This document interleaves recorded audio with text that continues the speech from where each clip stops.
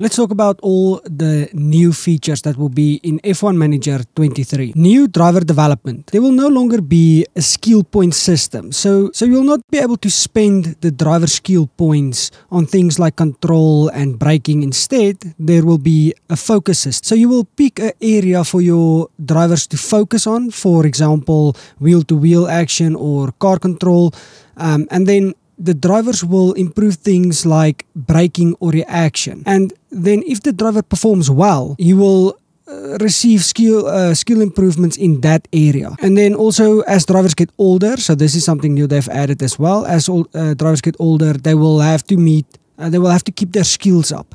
So all drivers spending a year or two away from the sport will lose a lot more of their skills compared to someone like Alonso, who's still in Aston Martin performing well and keeping his skills up there and in check. Then the next point. So this is a big one. F2 and F3 will be simulated in the game. So you will be able to go and look at the younger drivers and how they are performing. So if you want to sign Pourchaire, you can keep an eye on him for 1 year and see how he performs, and then sign him at the end of the year if he is performing good.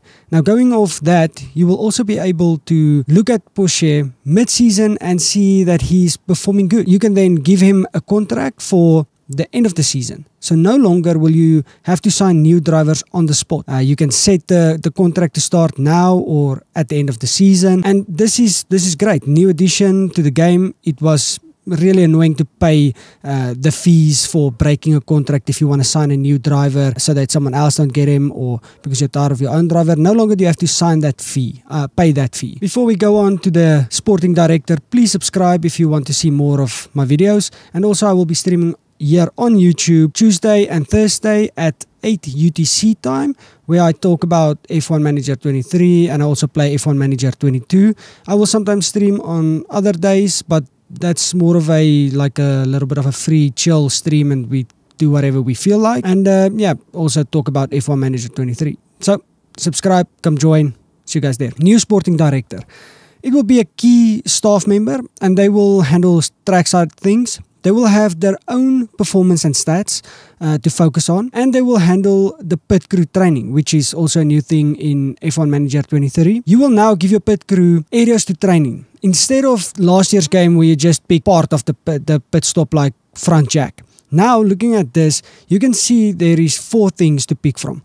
Red is the pit stop drill. Purple is the gym training, blue is the car building, and grey is rest. You will have to balance between these 4 to get the best results on race day and best training in the week. Also, new will be pit stop errors, and this will depend on the training and fatigue of the pit crew. I'm very excited to see how this go and the things that will happen on race day. And yeah, it's great that they have added pit stop events, and it will add a little bit of new and random things to the race day. Inbox improvements. So there will be a deeper staff dilemma and deeper team dilemma. And this will be things like factory fires that will throw your team off and maybe make production go a bit slower. Also press emails that will include things like other teams' focuses and what they are working on, and some other info. And hopefully they will also add a teammate dilemma. For example, if 2 drivers crash each other out,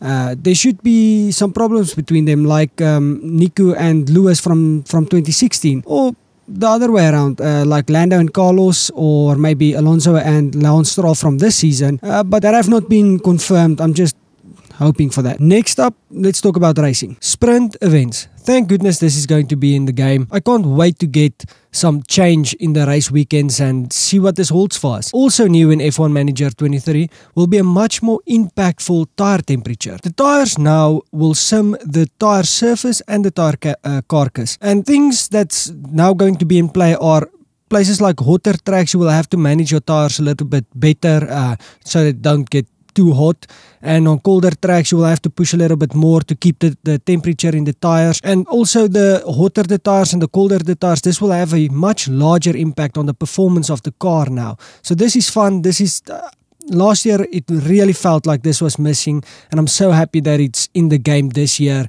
It's gonna be an amazing change. So let's now talk about the new driver confidence and performance. There is now a new bar that will tell you how confident your driver is. And this will have an impact on the driver's stats, almost in the same way as the setup of the previous year's game. So basically, the higher your confidence, that means the more stat bonuses you will get, and the lower the confidence is, the more stats you will lose, the more negatives you will have on your stats. So what will affect confidence? So I think this is how it's going to work, but confidence will not carry over from race to race, or at least not all of it will carry over from what I've read. I think it will reset to the middle at the start of every race. And then during the sessions from practice to race, you can increase or decrease depending on things like your setup, your tire management and the condition of your tires, and then overtakes. If you in a race weekend on the race day, if you tell your driver to go for the overtake and he attempts it and he fails, that will decrease his confidence.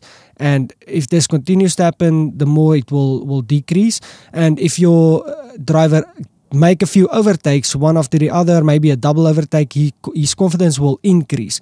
Now, I like this. This means that during the race it will change as well, and not just the previous year, just from the setup. It will change during the race and have some changes. Now, I hope that it does carry over from a previous race. I hope it goes from, if you're doing good in one race, it continues over, because then it's also like a form of the drivers. If he's in a good form, his confidence is high and it continues. But if he starts to struggle, crash maybe a few times and can't get past guys, maybe your car's a little bit worse, the other team's upgraded a bit more, then his confidence will go down again. So hopefully it carries over, but I'm not quite sure on this. Now, last but not least, the race simulation. First up is the use of track width. If you have a driver with good confidence and good tires, they will use more of the track surface. Also, more racing through corners and corner crashes. We will now have more first turn crashes when all the cars are going for that first corner. Just when the race starts, it's chaos sometimes. In last year's game, we didn't really see anything in the first corner, but now there will be a little bit more, which is amazing. I love it when they upgrade the race simulation, and so that's good. There's also improvement to the recovery. So if your driver spins out, they're saying there's not going to be that weird wackiness where the car glitches around and they take forever to get back on the track. So that's good, because that was so annoying. So they've improved that. Then there's also the new game mode, but you'll have to subscribe and wait for the next video, because I'll do a whole video on the game mode. I've seen a lot of questions about that. And yeah, guys, that's everything from me. I'll see you in the next one. Bye.